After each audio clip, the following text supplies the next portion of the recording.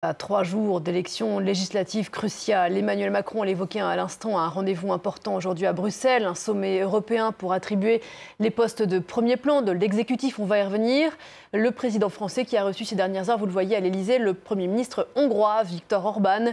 La Hongrie qui s'apprête à prendre la présidence tournante du Conseil européen à partir du 1er juillet, date du second tour ici en France. Paris et Budapest sont loin d'être sur la même ligne, notamment sur la question ukrainienne. Et on vous retrouve à Bruxelles, Alix Le Bourdon. Bonjour Alix, un sommet européen qui s'ouvre donc tout à l'heure à Bruxelles sur fond de montée de l'extrême droite, annoncée ici en France, mais plus largement en Europe.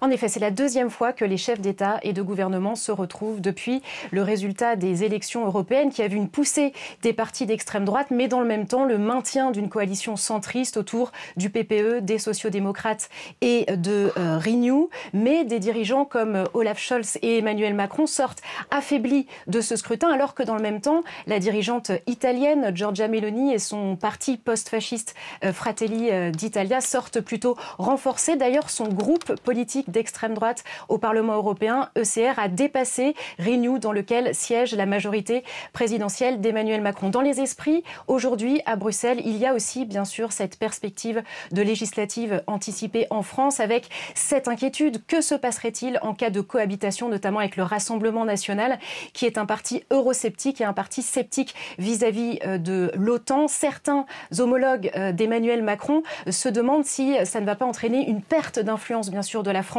sur la scène européenne. La France qui est un pays fondateur de l'Union européenne et qui est la deuxième économie de la zone euro. Que se passerait-il notamment sur des dossiers tels que le soutien à l'Ukraine, puisque même si la politique étrangère est censée rester un domaine réservé du président, le budget, par exemple, serait toujours bien sûr voté à l'Assemblée nationale. Pour autant, le visage de l'exécutif européen, Alix, à l'issue de ce sommet, ne devrait pas changer pour les années à venir ou à la marge ? Alors, en effet, on connaît la liste de noms depuis un moment maintenant.